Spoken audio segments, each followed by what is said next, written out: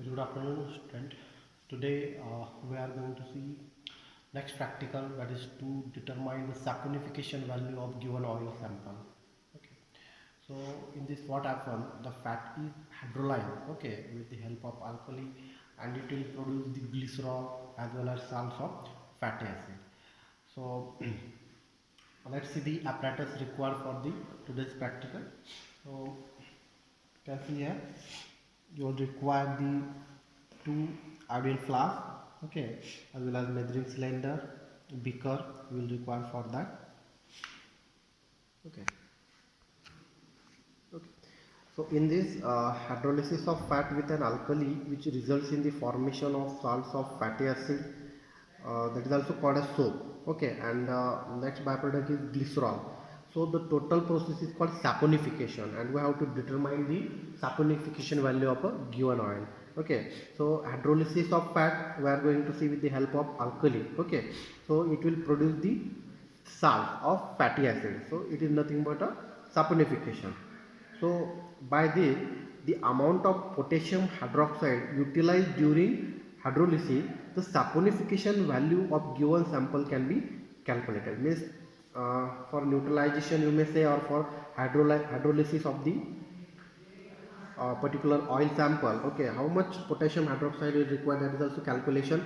This calculation is nothing but the saponification value, okay, will require. So as the saponification value is defined as the milligram of kWh required saponifying 1 gram of a given fat. Okay, we are dealing with the 1 gram of a fat, that means how much milligram of potassium hydroxide will require. Okay, so let's see the procedure. Okay, so actually we have already weighed the 1 gram oil sample. Okay, and the next requirement is fat solvent. Okay, so the fat solvent is nothing but it is the ethanol. Okay, it is the ethanol and ether. Okay, mostly ethanol is taken as 95% and ether is 1%. So we have already mixed it and already taken, okay, the required amount. Okay, that is 5 ml, and we are just going to add this fat solvent into the oil sample. Okay, after adding, just stir it well.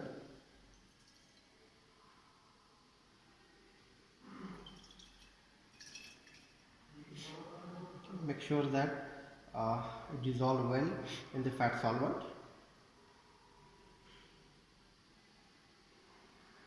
Okay. So you can see here it is now clear.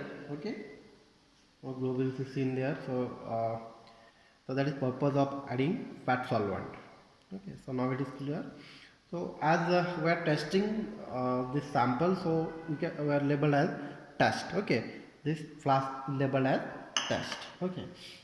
The next thing we are going to perform in this practical, that is we are also performing blank one, okay, with the comparison of the test. Okay, so we are label this as a blank. Okay, so in this you have to add 10 ml of fat solvent. So fat solvent, you know that it is just a mixture of it. Okay, so in this blank sample we are taking this fat solvent. It is nothing but just mixture of ethanol and ether. So we already uh, measure the particular solvent. Okay, and we are just adding in that.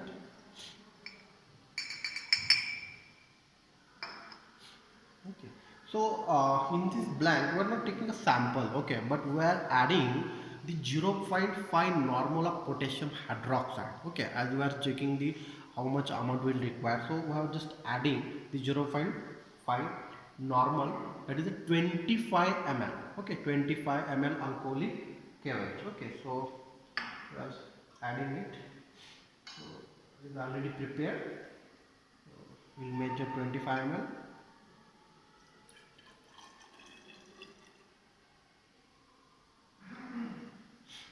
So you can see here mentioned at 25 ml, and we're just adding it.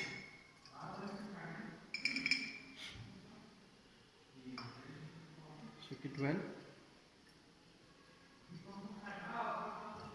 Okay, and we'll label it as a blank. Okay, so now this is a prepared to sample, that is test one, and next one is blank. Okay, now next thing is we have to condense it. Okay, so the next step is condensation. We will condense it.